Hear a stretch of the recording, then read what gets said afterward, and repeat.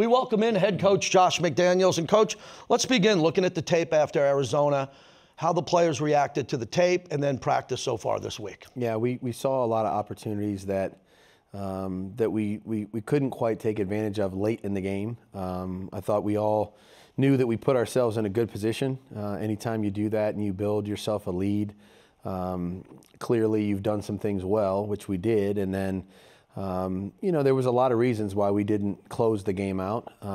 We had a lot of opportunities. I think Arizona deserves a lot of credit. There was about 6 or 7 plays where if they didn't make that one play, the game probably would have ended in our favor. But they deserve a lot of credit for the way they executed down the stretch. And I think we learned some hard lessons about what we need to do a little bit better in order to finish those. And the guys have had a great attitude so far this week. Yeah, I saw that in Devontae's press conference on Wednesday. I thought it was a master class in leadership. At one point he said, I want my teammates to have a monster game. All I want to do is win. So when you put your captains to the podium and they're saying the right things because they really believe it, they're great leaders. Yeah, they are. And we have great leadership here. And so they're looking to do anything that they can do to help the team win. That's clear every day. And their mindset and their attitude and their approach this week has resembled the type of leadership that we've seen from them, the entire year. So we know that we either win or we learn, and so we're trying to learn here. You added some offensive line depth, brought in a player you're familiar with. What was that process like after the game, getting him in here this week ahead of the Titans? Yeah, Justin Herron was a guy that I've coached before. Was with Dave and I in New England, and and they called and he was available to potentially add to our team. And we looked at it and just felt like, tackle is such a premium position in the National Football League that, if you have an opportunity to add some depth there and some competition, never a bad thing at tackle. And so, we looked into it and we're able to do it. And happy that Justin's here. Look forward to having him compete now. One other player I wanted to mention, I want to talk about Mac Hollins a bit and what you saw in that game with his route running, the receptions, and then what he can do on special teams. When you look at him before the start of a game, he has a big role with this team every game. He does. And, Mac was voted as the captain, and it's clear and obvious why. He hardly comes off the practice field during practice. He's out there for most of our snaps offensively. He's on every kicking unit. He's down there making a great play on the punt team as a gunner. He's a great teammate. He's very unselfish. Whatever role you ask of Mac, he's eager to do it. Doesn't mind, doing the dirty work. Doesn't worry about credit.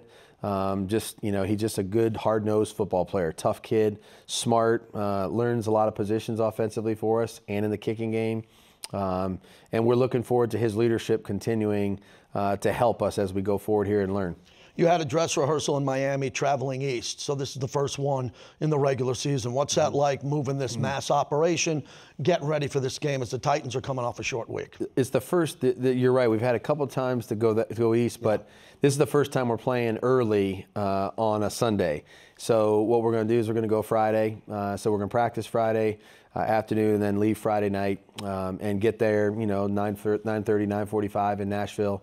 Try to get a good night's rest and start to put our body clocks on that time schedule because the game kicks off at 10 o'clock Vegas time. Sure. And so this will be our first early game. So going to try to do, they have more experience with this than I do, the people that are really helping me put that together, the support staff, the operations people, and a lot of our players have some experience to that too. So seems like it's worked well in the past for them, and so that's how we're gonna do it. Try to have a normal Saturday in Nashville, and then get up early and go play the game. Get it going. Let's get to Mike Vrabel. How about some Mike Vrabel stories? Your friendship, relationship when he's a player, and now as a head coach. This is one of the all-time self-made players, and played at Ohio State, had a great career, went to Pittsburgh first, then came to New England the same year I did in 2001. So we kind of started our Patriots career at the same time. Mike played a lot of spots defensively, very intelligent, super tough. Probably one of, if not the greatest practice player that I've ever been around. Interesting. Played on every scout team play, gave the offense a great look, played every defensive snap, played multiple roles there, would run down on the kickoff team, to give our kickoff return team a good look, played safety when we needed a bigger body at safety. he just was he loved football, and he still does. And tough, hard-nosed guy, durable. Doesn't matter what was wrong with him physically, he was out there. And he made a ton of enormous plays for us over those years. And for me, he caught a bunch of touchdown passes too. I think he had 10 career catches, and all of them were touchdowns. So isn't that amazing? Yeah, Mike, 10 for 10. Mike played some important plays, and absolutely always came through in the clutch. Let's move to Derrick Henry, 53.5, only 107 total yards after 2 games. You know what that's like after 2 games. Stats skew. But the difficulty to get him down and the preparation for one of the best backs we've seen of his era. No question. This guy's as good of a player as there is in the league at any position. At his position, he's special and he's unique. We don't play any other backs that are 6'3.5", 250, that can run as fast as he can run. And so this game is going to be all about closing the space and try to narrow in those running lanes and not let him get started. And we're going to have to rally to the football, pursue, and tackle well. And there's no shortcut to that. There's going to be some big collisions, and sometimes he delivers them, and sometimes we're going to get a chance to get at his legs. But it'll be a big challenge. We're going to know that they're going to want to get him going. It's a home game. They're coming off a road Monday nighter. Like, I'm sure as I'm sitting here, they're going to talk about trying to get him 30-plus carries.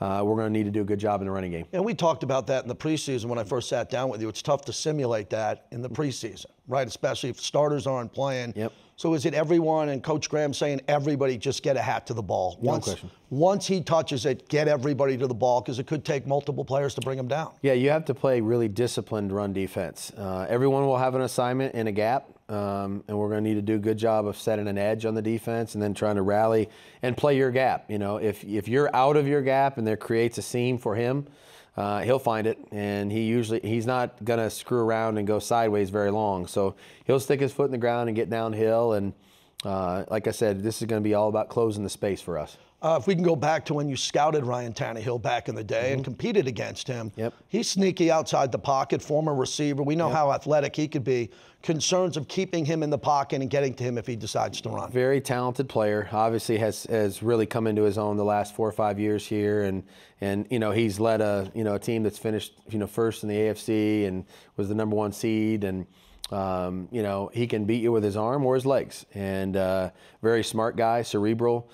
Sees the defense well, and does a good job of getting the ball down the field. Their play-action game, if you combine it with their running game, it's very dangerous because there's so many people that are down near the front to try to stop the run that they give themselves plenty of opportunities to make plays down the field. He's got a big arm, so got to stop that from happening. And certainly when he gets outside of the pocket, we're going to treat him like a running back, because that's really what he turns into. And he's not looking to slide. He's tough. He'll try to fight for some extra yards. So we're going to have to get him to the ground as well. Last Titans question. They got a couple of big guys up front. They got 6 sacks already. Yep. We've talked about O-line depth, max protection at times, and how do you slow down their front? Yeah, Simmons is one of the best defensive linemen that we're going to play all year, no doubt about it. He's very disruptive in the running game, penetration. Does a good job in pass protection, and they run a lot of stunts and games and picks on 3rd down that are very challenging. We're going to get hard at work at that today.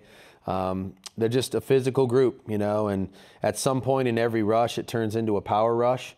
And so our guys are going to have to step in there and anchor the power rushes so we can give Derrick an opportunity to step up in the pocket and get the ball out. But there's no shortcuts to this one. They're not going to run around people as much. They're going to try to run through you. Okay. We're going to have to stand up to that challenge. Good luck. We'll see you in Nashville. Thank you very much.